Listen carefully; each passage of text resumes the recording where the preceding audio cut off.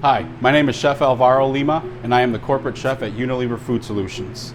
Today, I'm going to walk you through on how to prepare our LeGout Cream Soup Base. What it does is it mimics a bechamel.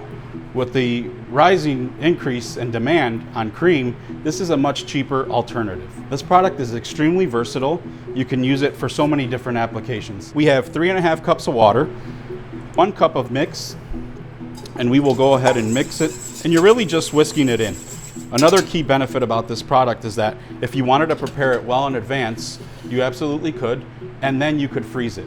So what we're going to do today is we're going to make some enchiladas, right? We're going to make enchiladas verdes. Simply add your salsa and whisk it up.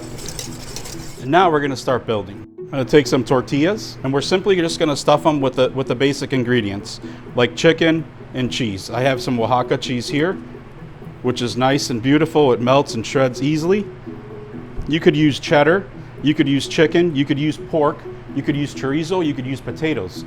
Really, the sky's the limit when it comes to filling these enchiladas. So we're simply going to roll them and start lining them up in our dish.